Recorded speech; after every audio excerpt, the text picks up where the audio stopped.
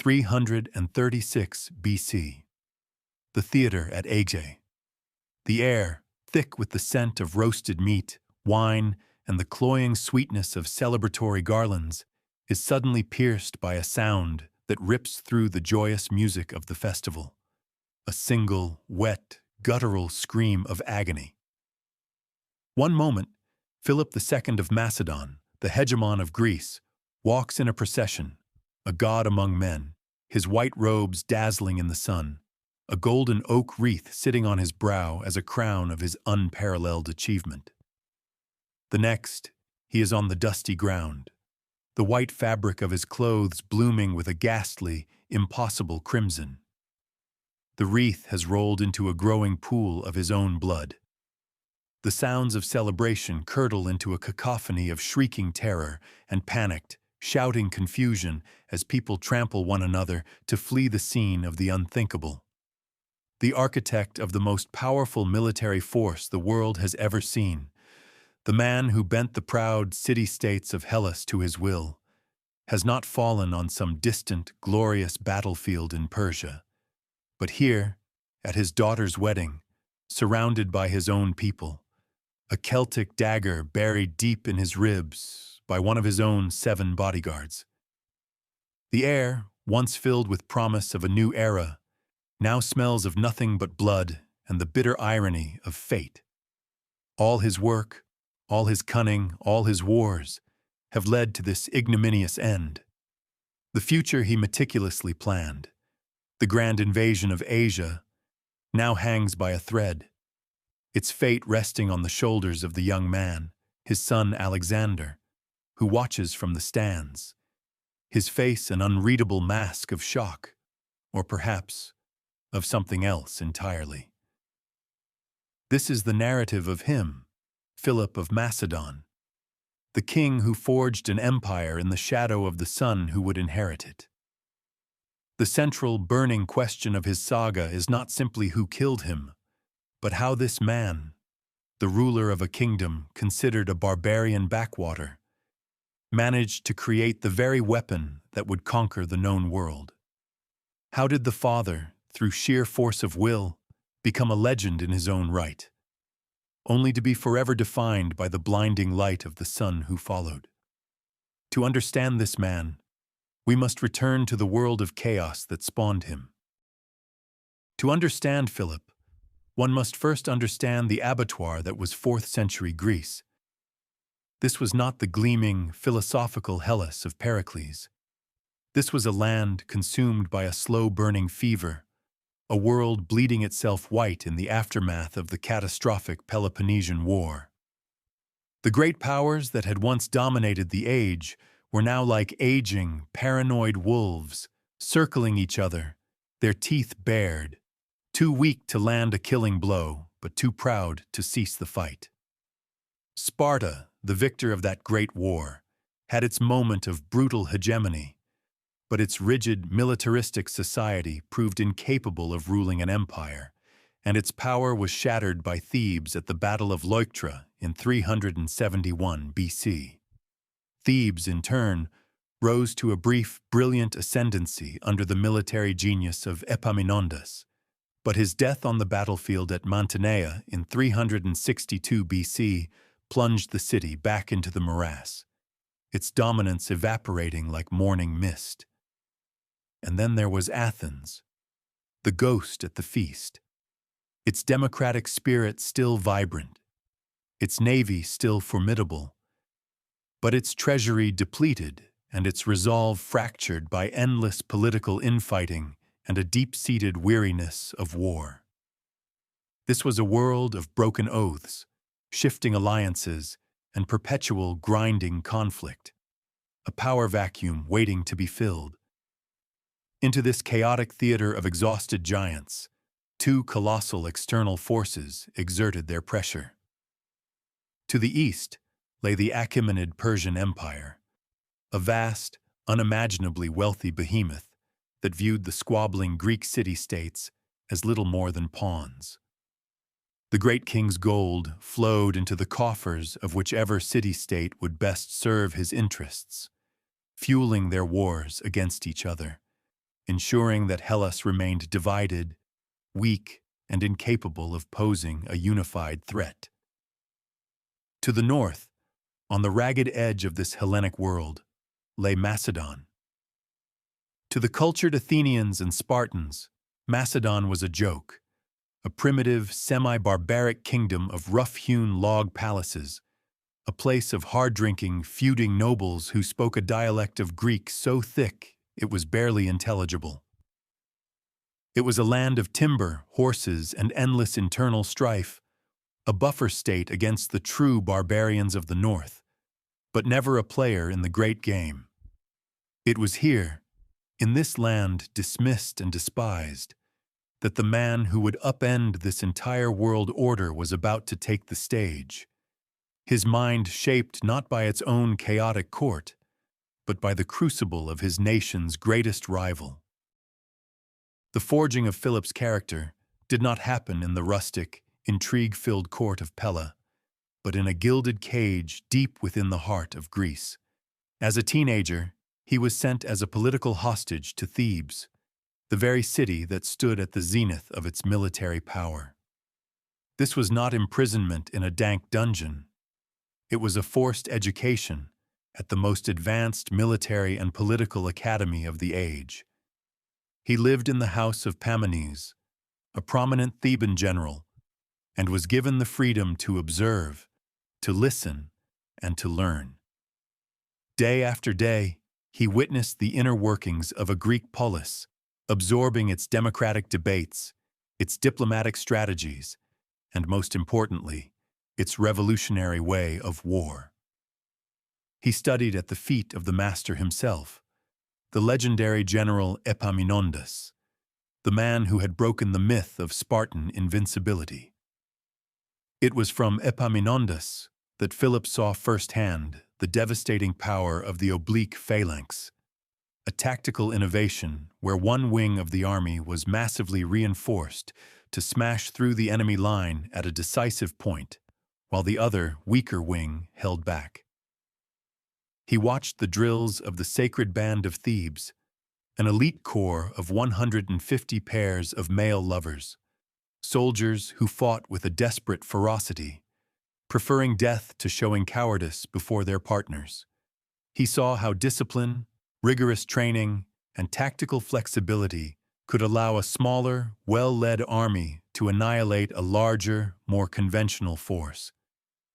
This experience burned two crucial lessons into his soul. First, it stripped away any sense of Macedonian inferiority.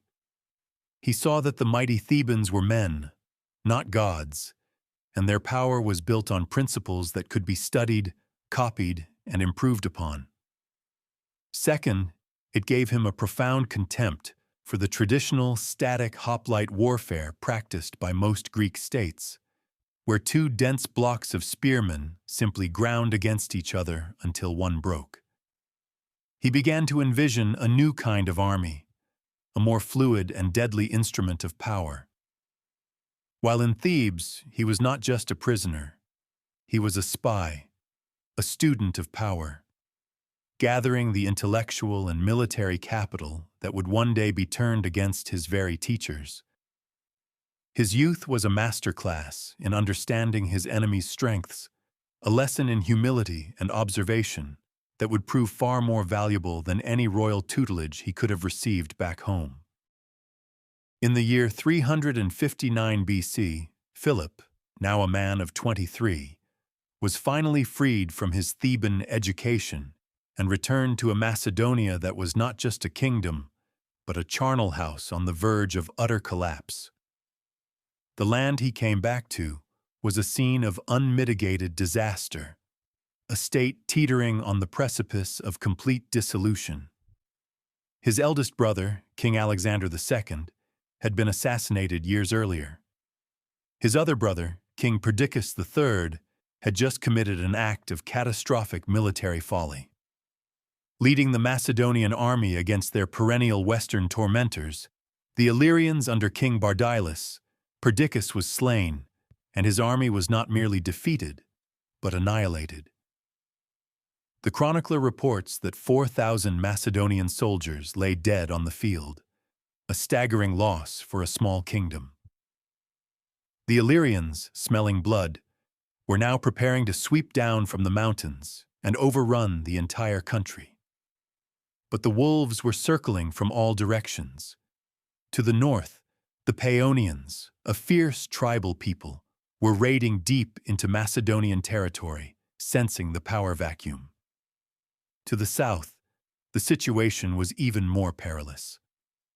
The powerful maritime empire of Athens, ever eager to keep its northern neighbor weak and divided, threw its support behind a pretender to the Macedonian throne, a certain Argeus. They even landed a force of mercenaries on the coast to install their puppet. Philip was not inheriting a throne. He was inheriting a funeral pyre. He was named regent for his infant nephew, Amyntas IV, a position that was effectively a death sentence.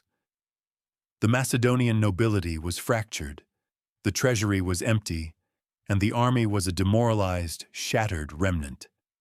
Any lesser man would have fled or been quickly overwhelmed. This moment of supreme crisis was the true beginning of his legend. It was here, surrounded by the ghosts of his dead brothers and the baying of enemies at every gate, that Philip's true genius for survival, diplomacy, and ruthless action first revealed itself. He was not thinking of conquering Greece. He was fighting to prevent Macedonia from being wiped from the map. At the heart of Philip's volcanic ambition was a deep, searing, and profoundly personal sense of humiliation. This was the engine that drove him, a relentless fire that would not be quenched until all of Greece knelt before him.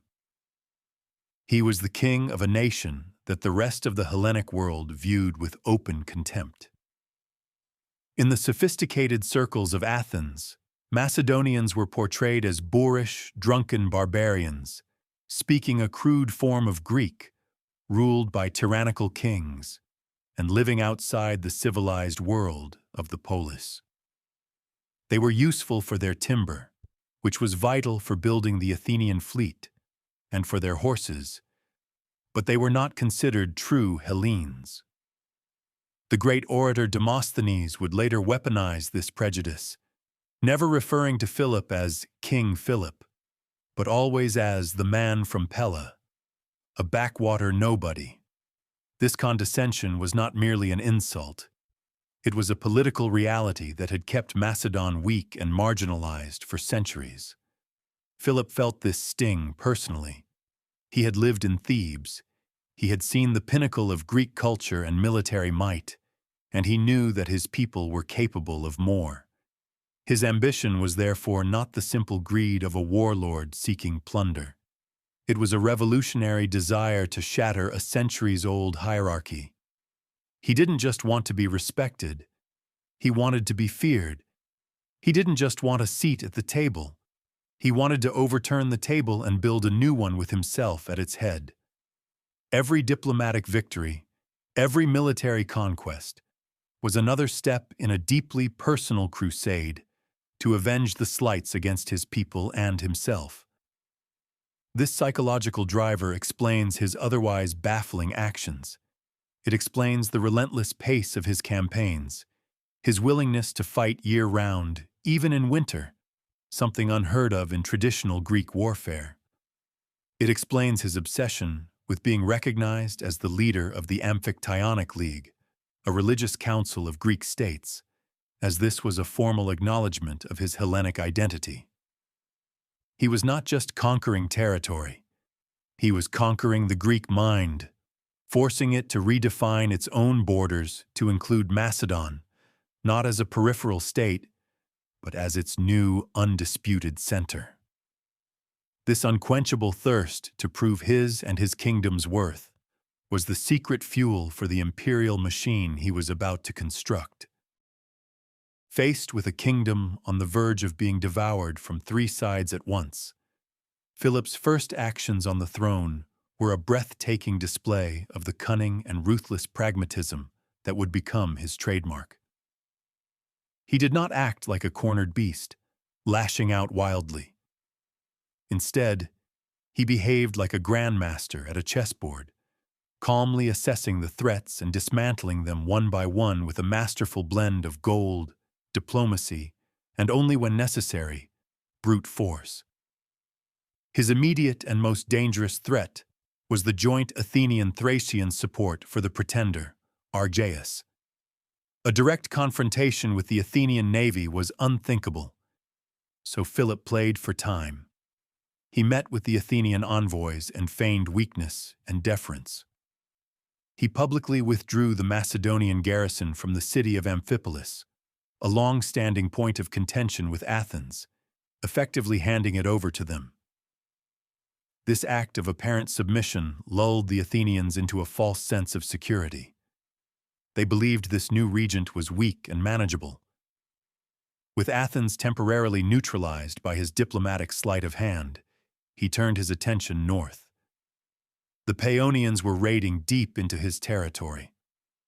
Rather than waste precious manpower fighting them, he sent envoys laden with gifts and gold, bribing their chieftains to cease their attacks and return home.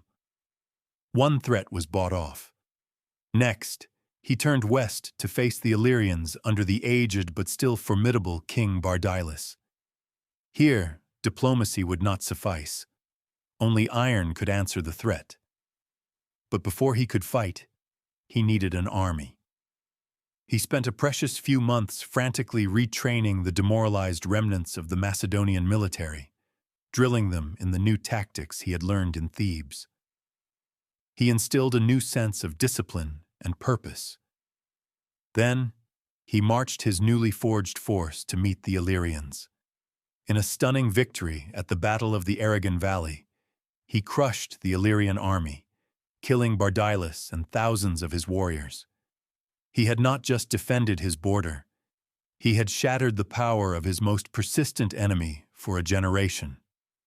Having secured his northern and western flanks, he finally turned to deal with Argaeus and his force of mercenaries, who were now isolated without Athenian support. He met them in battle and easily defeated them. Philip had taken a situation of certain doom and, in a matter of months, had secured every single one of his borders.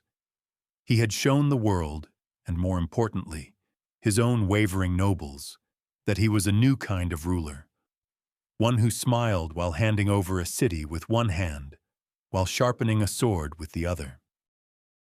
The foundation of Philip's power, the very instrument that would allow him to dominate Greece, was forged not in the heat of battle, but on the dusty training grounds of Macedonia. He inherited a part-time army, a feudal levy of shepherd militiamen who were brave but undisciplined and poorly equipped. He recognized that to achieve his ambitions, he needed a professional, standing army, a revolutionary concept for the time.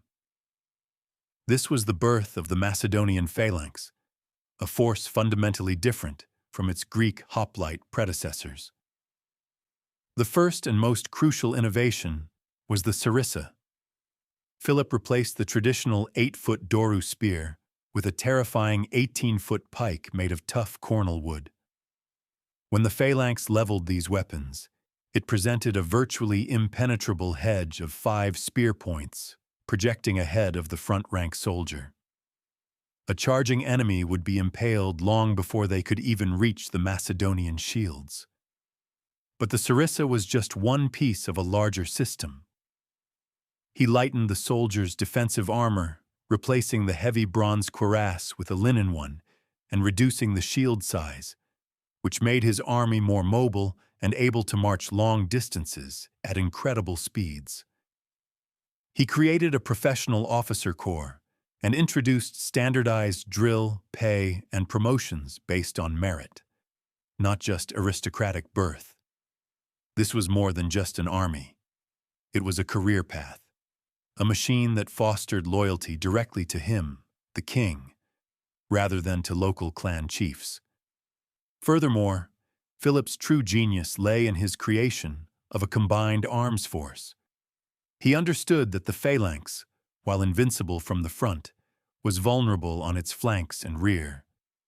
He therefore perfected the coordination between his heavy infantry and his elite companion cavalry, a force of heavy cavalry recruited from the Macedonian nobility, which he would use as a hammer to smash into the enemy's flank once they were pinned by the anvil of the Phalanx. To this, he added light infantry, archers, and slingers, creating a versatile, multifaceted military that could adapt to any terrain or enemy. And finally, he created a dedicated engineering corps, the likes of which had never been seen, developing advanced torsion catapults and siege towers that allowed him to capture cities that had previously been considered impregnable. He was not just a king. He was an inventor, an organizational visionary who created a weapon so superior that it would remain the dominant force on the battlefield for the next 200 years. As Philip's power grew in the north, a formidable new kind of antagonist emerged from the heart of Athens. This enemy was not a king or a general, but an orator of singular genius and obsessive conviction, Demosthenes. In the assembly of Athens, the Phalanx, his voice rang out like a fire bell in the night, warning of the storm gathering in Macedonia. He was the first to truly recognize the existential threat that Philip posed to the traditional Greek way of life and the concept of the free, independent polis. His series of powerful, venomous speeches, which would become known to history as the Philippics, were masterpieces of political rhetoric, designed to awaken the complacent Athenians from their slumber.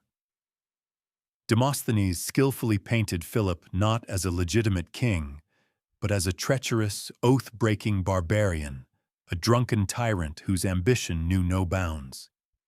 He portrayed him as a force of nature, a blizzard sweeping down from the north to extinguish the lamp of Greek liberty. He mocked Philip's personal life, his missing eye, lost at the siege of Macedon, his broken collarbone, his crippled leg, portraying him as a physically and morally scarred monster. He understood that this was a new kind of war, a war of ideas and public opinion. He relentlessly attacked Athenian politicians who advocated for peace or appeasement with Philip, labeling them as traitors and hirelings bought with Macedonian gold. He called for sacrifice, for higher taxes to fund the military, for citizens to abandon their comfortable lives and once again take up arms to defend their freedom, just as their ancestors had done against the Persians. For years, the struggle between Philip and Athens was a duel fought between Philip's army and Demosthenes' words. The orator became Philip's most persistent and dangerous foe because he fought not on the battlefield, but in the minds of the Greeks. He successfully forged coalitions, stirred up resistance, and ensured that Philip's conquest of Greece would not be a simple walkover, but a bitter, protracted struggle against an enemy whose greatest weapon was the very ideal of liberty. This ideological conflict defined the era, a clash between the old world of the fractured but free city-state and the new world of the centralized, powerful nation-state embodied by the king of Macedon. In the midst of his consolidation of power in the north, Philip saw a golden opportunity to extend his influence into the heart of Greece by intervening in the Third Sacred War, a convoluted and bitter conflict that had erupted among the Greek states over control of the sacred sanctuary of Apollo at Delphi. The Phocians had seized the sanctuary and used its vast treasures to fund a powerful mercenary army, committing a grave act of sacrilege in the eyes of many Greeks. Presenting himself as the pious avenger of the god Apollo, Philip marched his army south into Thessaly to confront the Phocians. This was his formal debut on the grand stage of Hellenic politics, a chance to portray himself as a champion of Greek tradition. But his ambition outran his capabilities. In 353 BC, he faced the Phocian army, commanded by the skilled general Onomarchus, and suffered not one, but two humiliating defeats. His vaunted Macedonian army was shattered, and thousands of his men were killed. According to one account, Philip's retreating soldiers were so demoralized that they threw away their weapons, and Philip himself had to rally them by declaring, "I did not flee, but I fell back to leap farther." This was a devastating blow. His aura of invincibility was cracked. His enemies in Athens, led by Demosthenes, rejoiced, declaring that the northern barbarian had finally been put in his place. The defeat was a crucial psychological turning point for Philip. It taught him a bitter but invaluable lesson about overconfidence. He learned that even the most powerful army could be broken by a determined and well-led foe. It also taught him the danger of fighting on his enemy's terms. He retreated to Macedon, not just to rebuild his army, but to rethink his strategy. This catastrophic failure tempered his ambition with a new layer of cunning and patience. He understood that brute force alone was not enough. He needed to master the arts of propaganda, diplomacy, and timing. The man who emerged from the ashes of this defeat was a far more dangerous adversary, one who now knew the bitter taste of failure and would do everything in his power to never taste it again. Rising from the ashes of his defeat in Thessaly, Philip demonstrated his genius for turning chaos into opportunity. While his Greek enemies celebrated his apparent demise, he shifted his focus from direct military confrontation to a more insidious and effective strategy: economic warfare and the mastery of siegecraft. He turned his attention eastward to the region of Thrace and seized the rich gold and silver mines of Mount Pangaean. This single act was a strategic masterstroke that fundamentally altered the balance of power in the Greek world. Overnight, Philip gained an annual revenue of over 1,000 talents, a sum that dwarfed the yearly income of any other Greek state, including Athens. This immense wealth became his greatest weapon. He used it to fund his professional, standing army, to build a navy, and most effectively, to bribe and corrupt Greek politicians. He famously boasted that no city wall was high enough to stop a donkey laden with gold from entering. This Macedonian gold sowed division and paranoia within the city-states, as pro-Macedonian factions suddenly and mysteriously gained influence. Simultaneously, Philip revolutionized the art of the siege. Before him, taking a well-fortified city was a bloody, uncertain, and often years-long affair. Philip, however, created a professional corps of engineers and invested heavily in new technology. He developed powerful torsion catapults that could hurl heavy stones to batter down walls from a distance, and he built massive mobile siege towers, complete with drawbridges that could be rolled up to the fortifications, allowing his troops to storm the ramparts. Cities like Methone and Olynthus, which had defied him, were systematically reduced to rubble, their populations sold into slavery as a terrifying example to others. This combination of economic might and technological superiority was devastating. While Athens and Sparta were still thinking in terms of hoplite battles and naval skirmishes, Philip was fighting a new kind of total war, undermining his enemies from within with gold, while battering them from without with his siege engines. He was no longer just a king. He was the CEO of a military-industrial complex that his fragmented and impoverished rivals simply could not hope to match. The culmination of 2 decades of Philip's relentless military campaigns, diplomatic maneuvering, and political intrigue arrived on a hot summer day in August of 338 BC on a dusty plain in Boeotia near the town of Chaeronea. Here, the fate of Greece would be decided. On one side stood Philip and his Macedonian war machine, hardened by countless battles, a seamless integration of infantry, cavalry, and light troops. On the other stood the final, desperate alliance of the old Greek powers, the combined armies of Athens and Thebes, fighting for the last vestiges of their freedom and independence. For the Athenians, this was the moment Demosthenes had been warning of for years. For the Thebans, it was a defense of their homeland, and for their elite sacred band, it was a battle to the death. The air was thick with tension, the silence broken only by the clinking of armor and the nervous snorting of horses. Philip, a master of battlefield psychology, took command of his right wing, placing his 18-year-old son, Alexander, in charge of the elite companion cavalry on the left. The battle began with the thunderous advance of the two massive phalanxes. Philip, in a brilliant and risky maneuver, feigned a retreat with his right wing, slowly pulling his veterans back. The Athenian hoplites on the opposing flank, sensing victory, surged forward in a disorganized charge, breaking their line and creating a fatal gap. It was the moment Philip had been waiting for. At his signal, Alexander led the companion cavalry in a thunderous charge, plunging like a lightning bolt into the gap that had opened in the Greek line, wheeling behind the enemy and smashing into the rear of the Theban hoplites.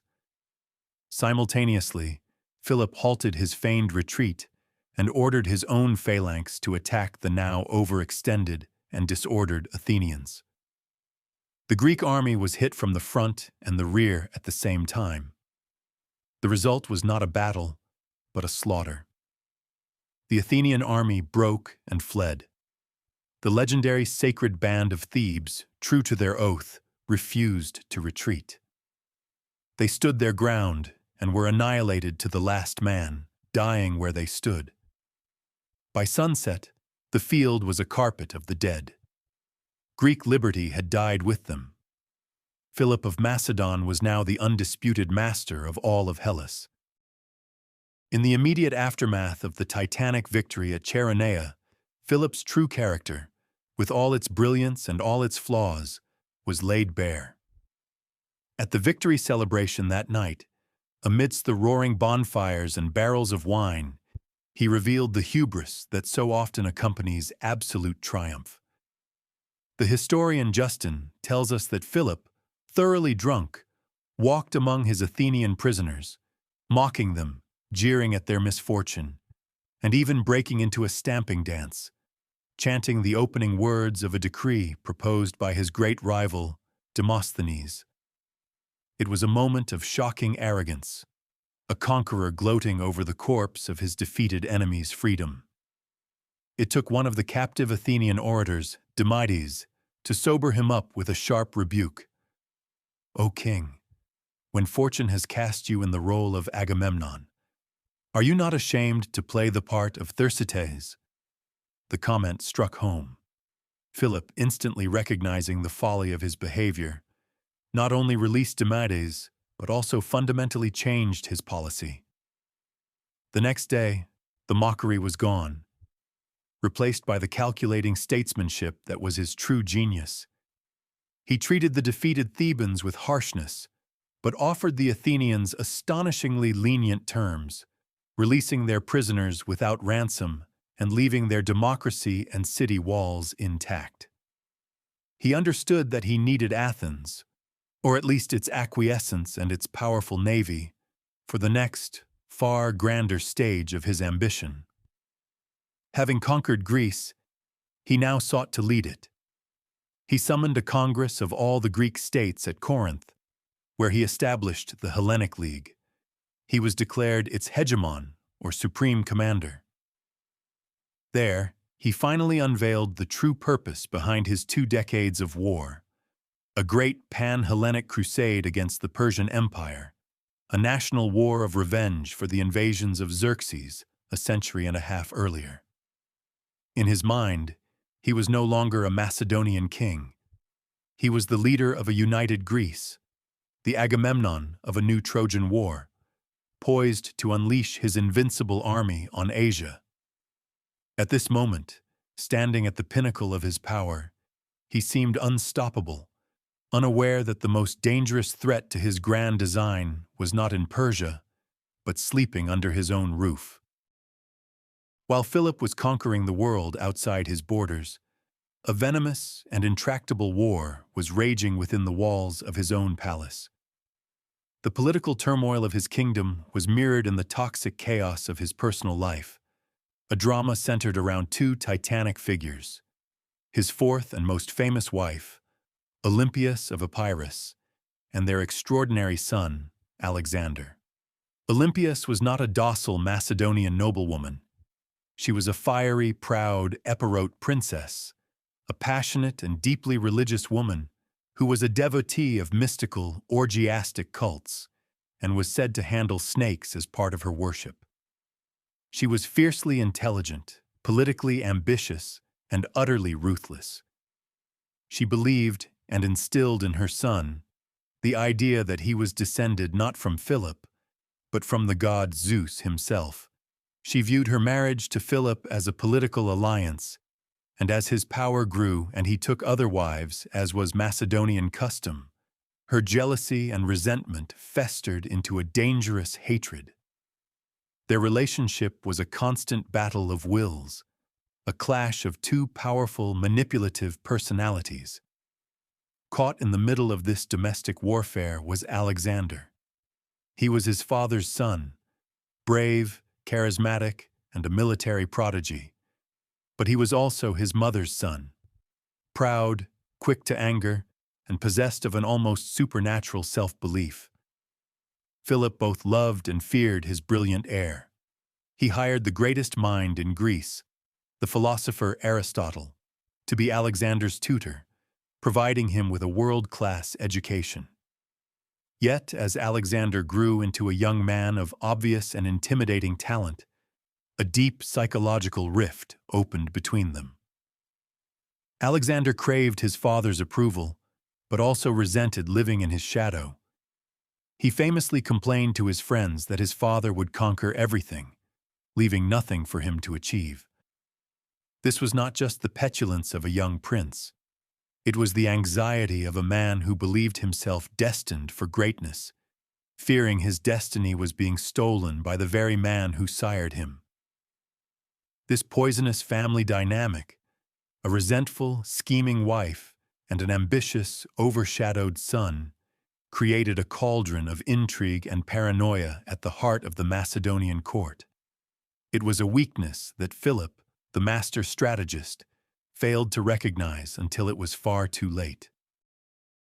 Beyond the relentless campaigns and the revolutionary military reforms, Philip was also a prodigious builder and organizer, a king who understood that a true empire must be built on more than just spear points. He fundamentally transformed Macedon from a fractural tribal kingdom into a centralized, modern state with the administrative and economic capacity to project power across the known world. One of his key policies was the founding of new cities, a strategy that served multiple purposes. He founded cities like Philippi and Philippopolis, often naming them after himself, which served as garrisons to control conquered territory, as centers for trade and administration, and as a way to settle his retired veterans, giving them a stake in the new imperial project. These cities acted as anchors of Macedonian power and culture in otherwise hostile lands. He also understood the critical importance of infrastructure. He built roads and bridges throughout his kingdom, facilitating the rapid movement of his army and stimulating trade. This internal development was funded by his masterful control of Macedonia's natural resources. After securing the mines of Mount Pangaean, he issued a standardized gold and silver coinage that became the dominant currency of the region, further cementing his economic power. He reorganized the kingdom's administration, breaking the power of the unruly, semi-independent regional nobles and centralizing authority in his own hands. He brought the Upper Macedonian cantons, which had often acted as independent lordships, firmly under royal control. He did all this while simultaneously fostering a new sense of national identity. He championed the idea of the Macedonians as true Hellenes, promoting Greek culture and language at his court in Pella, which he transformed into a center of arts and learning, attracting famous artists and thinkers from across Greece. In essence, Philip was engaged in a massive nation-building project. He was creating the sinews of empire, the roads, the mines, the cities, the unified administration that would be strong enough to support not only his own ambitions, but also the even grander world-conquering ambitions of his son. Despite reaching the zenith of his power after Chaeronea, Philip's position was far from secure. His court at Pella was not the disciplined, orderly seat of a tranquil empire. It was a viper's nest, a dangerous cauldron of ambition, jealousy, and long-held feudal resentments. The Macedonian nobility, a proud and fiercely independent warrior aristocracy, had a complex relationship with their king. While they admired his success and benefited from his conquests, they also chafed under his increasingly autocratic rule. They saw him not as a divinely appointed monarch in the Persian style, but as a primus inter pares, a first among equals, who had grown too powerful for his own good. This created a fertile ground for conspiracy. Plots, both real and imagined, were a constant feature of his reign. He relied on a network of spies and informants to maintain control and did not hesitate to use assassination and execution to eliminate potential rivals. The very men who formed his elite companion cavalry were also the greatest threat to his life, their loyalty always a question of personal gain and honor. This internal fragility was exacerbated by the vastness of his new, unwilling empire. The Greek city-states, though defeated, were not broken in spirit. Demosthenes and other anti-Macedonian factions in Athens and elsewhere continued to plot, waiting for any sign of weakness, any opportunity to throw off the yoke of the northern barbarian. Uprisings in Thrace and Illyria had to be constantly suppressed. The entire structure of his power was built on his personal genius, his military prowess, and the loyalty of an army that was devoted to him personally. There were no deep-rooted institutions to guarantee stability. All of this created an atmosphere of paranoia and high tension. Philip knew that his empire, forged so quickly, could shatter just as fast. The first cracks were appearing, not from external enemies, but from within his own court and his own family, driven by the very pride and ambition that he himself had instilled in his Macedonian nobles. He was a man sitting on a throne of swords, and the sharpest blades were those of the men he called his friends. In the year 337 BC, at the pinnacle of his power, Philip made a decision of such staggering personal and political folly that it would ultimately shatter his family and lead directly to his own death. In a move designed to consolidate his support among the core Macedonian aristocracy, he decided to take a seventh wife, a beautiful young noblewoman named Cleopatra Eurydice, the niece of one of his most powerful generals, Attalus. While polygamy was a traditional practice for Macedonian kings, this marriage was different and far more dangerous. All of his previous wives had been foreign princesses, their children half-breeds in the eyes of some Macedonian purists. Cleopatra Eurydice, however, was a pure-blooded Macedonian. This immediately created a succession crisis. If she were to bear Philip a son, that child could be seen as a more legitimate heir than Alexander, whose mother, Olympias, was from Epirus. The fateful act occurred at the wedding banquet. The hall was filled with the loud, drunken revelry of Macedonian nobles. Attalus, the bride's uncle, drunk on wine and pride, rose to his feet and proposed a toast, praying to the gods that his niece might give the kingdom a legitimate successor. The insult was public deliberate and aimed squarely at Alexander. An enraged Alexander leapt to his feet, screaming, "You villain, do you call me a bastard?" and hurled his wine cup at Attalus. The hall erupted into chaos. Philip, also deep in his cups, drew his sword and lunged towards his son, intending to strike him down. But in his drunken rage, he stumbled over a couch and fell sprawling to the floor. It was a moment of supreme, tragic humiliation. Alexander stood over his fallen father and sneered with contempt at the assembled nobles. "Look, my friends, here is the man who is making preparations to cross from Europe to Asia, and he is overthrown in trying to cross from one couch to another." The psychological break was complete and irreparable. The father had drawn his sword on the son. The heir to the throne had been publicly insulted and his legitimacy questioned. The carefully constructed image of a unified royal house had been shattered in a single moment of drunken fury.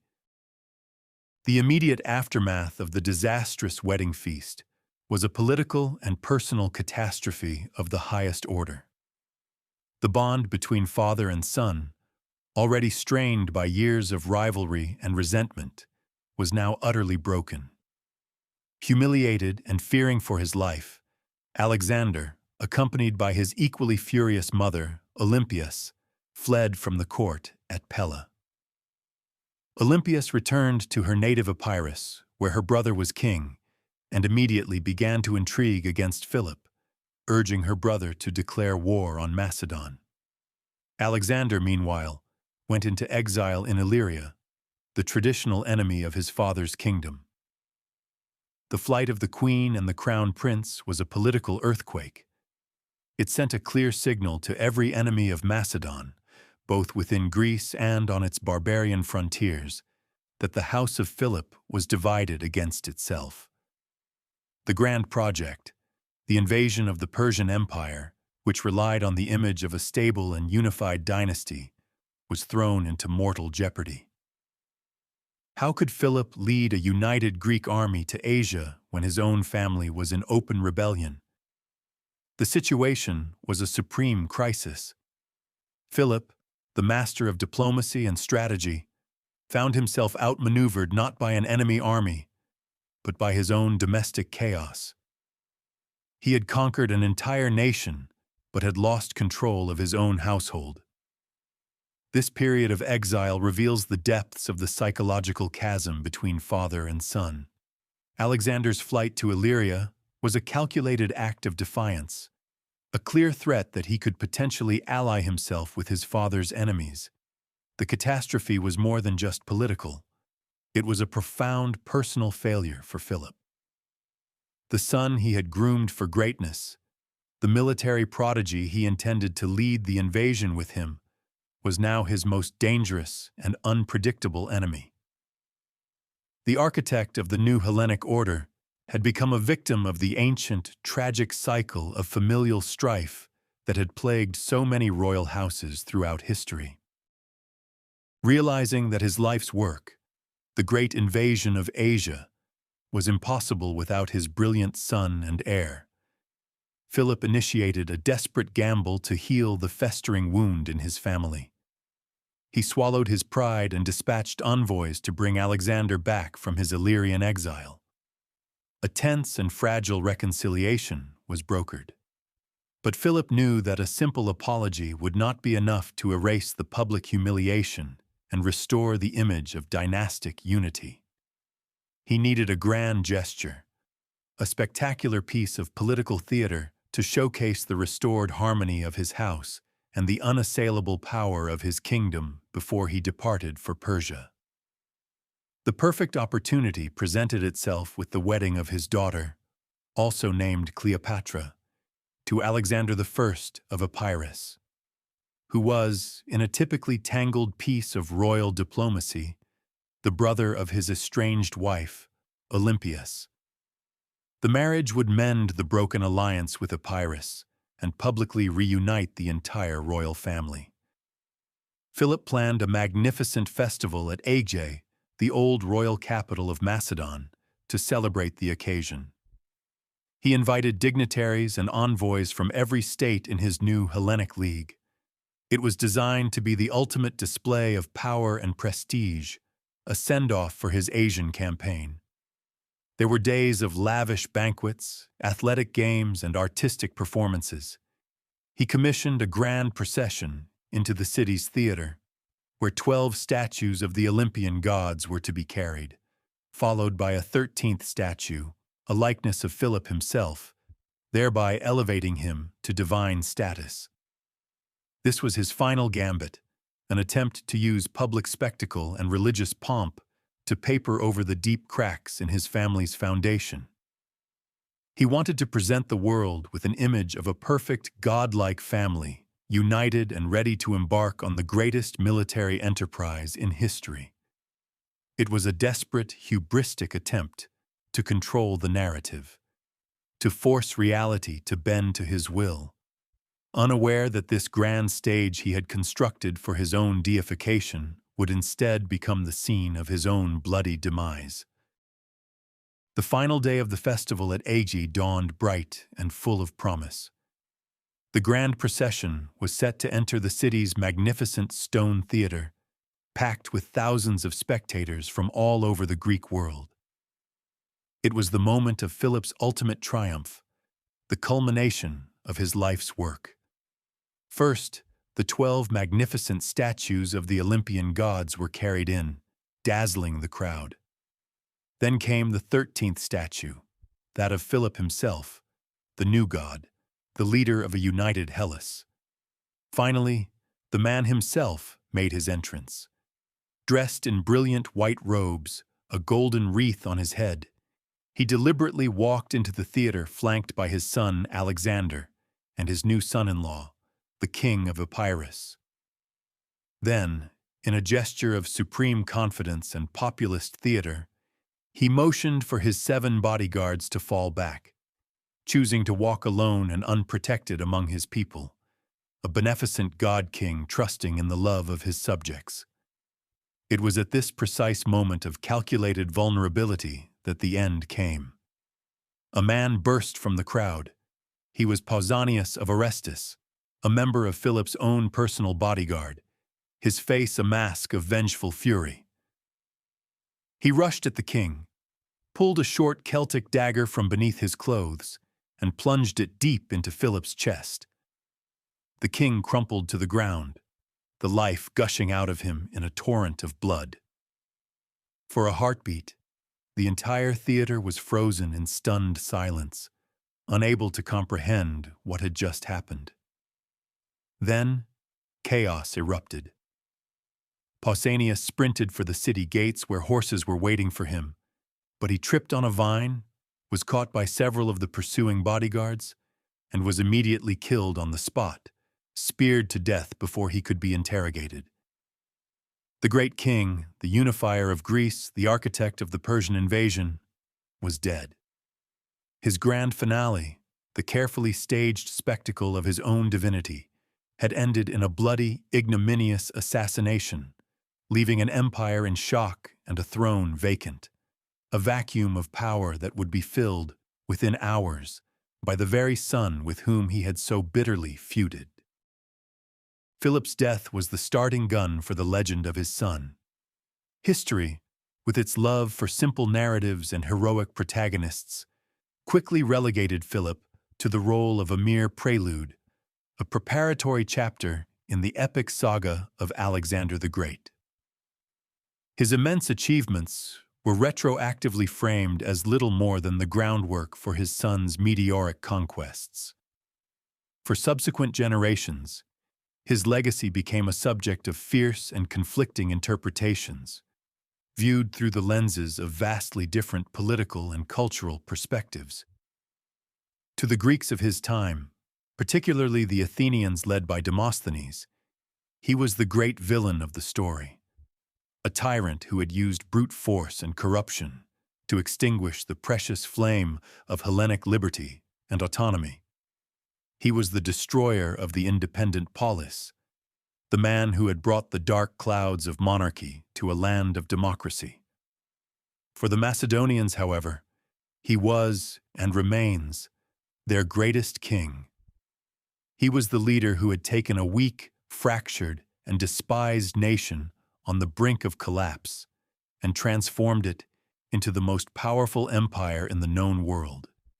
He gave them pride, unity, and an army that made them masters of their own destiny. His legacy, therefore, is a battlefield of ideas. Was he a cynical, power-hungry despot, or a visionary unifier who brought an end to the endless, self-destructive wars that had plagued Greece for centuries? Did he destroy Greek freedom, or did he save the Greeks from themselves, forging them into a single entity capable of confronting the great enemy to the east? The ultimate irony is that his true, undeniable legacy is the very machine he built. The professional army with its Sarissa phalanx and combined arms tactics, the centralized state with its vast treasury, and the unified, if resentful, Greek world. He was the architect who meticulously designed and constructed the vessel. Alexander, for all his genius, was the captain who inherited a ship that was already built, armed, and pointed toward the shores of Asia. Without Philip's brutal, thankless, and often ugly work, Alexander's conquests would have been utterly impossible. He remains the architect forever living in the shadow of the glorious temple his son built upon his foundations. We return, finally, to the central dramatic paradox of Philip's life.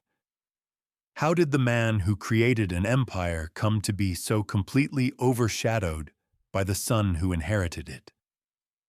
The answer lies not in fate or historical accident, but deep within the character of Philip himself. He was not eclipsed by his son in spite of his own qualities. He was eclipsed because of them. The very traits that made him a revolutionary state builder, his relentless, all-consuming ambition, his profound paranoia that led him to trust no one, his masterful use of political marriages to create alliances, and his domineering, larger-than-life personality, were the same traits that created the toxic, unstable family environment that ultimately consumed him.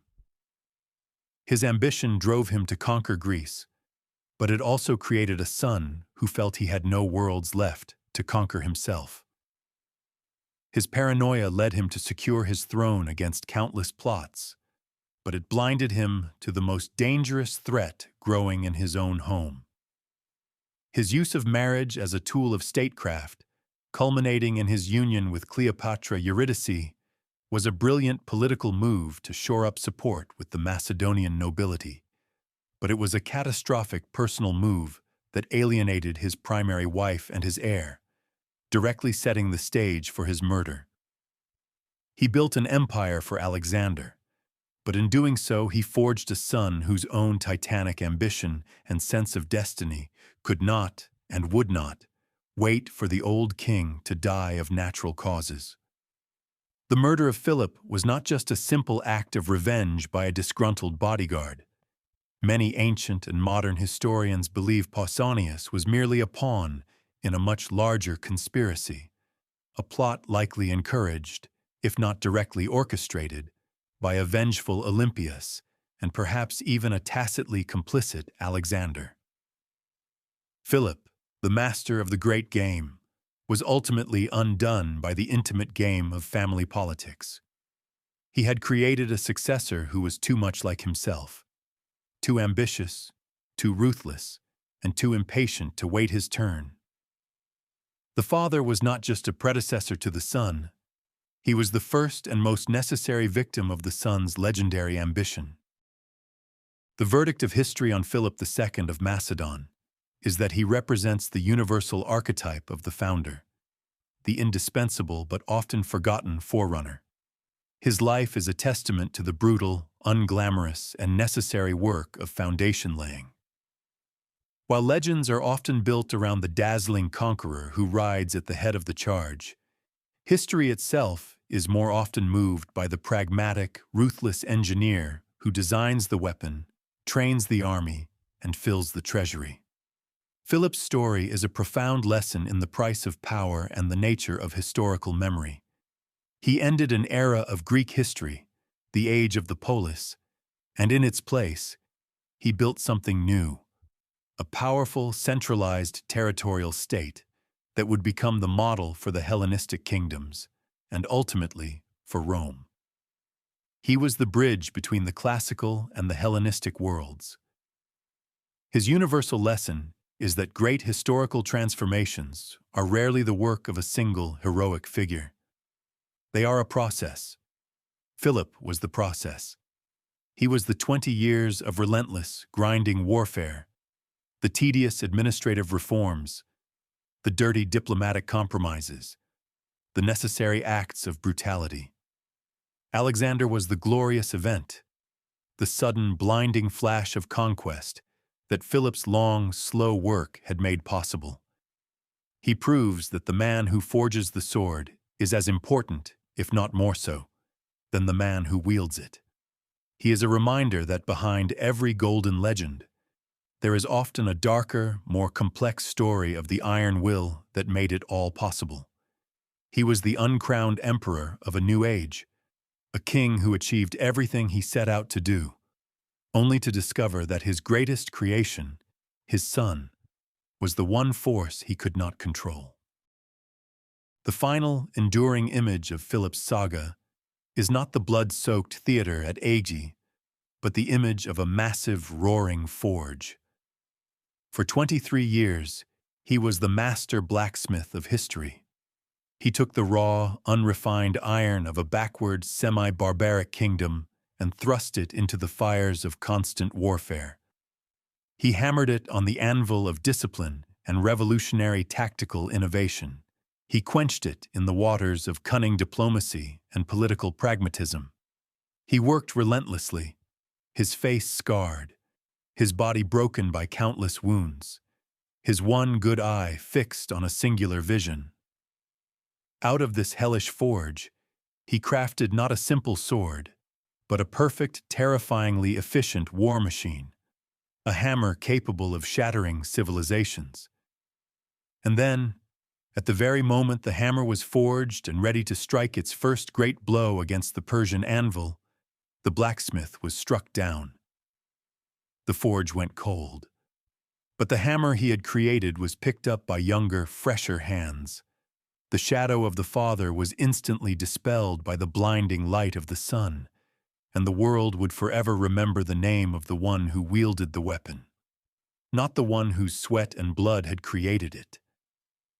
The entire epic of Alexander the Great, the conquest of Asia, the birth of the Hellenistic world, all of it, was born in the fire of Philip's forge.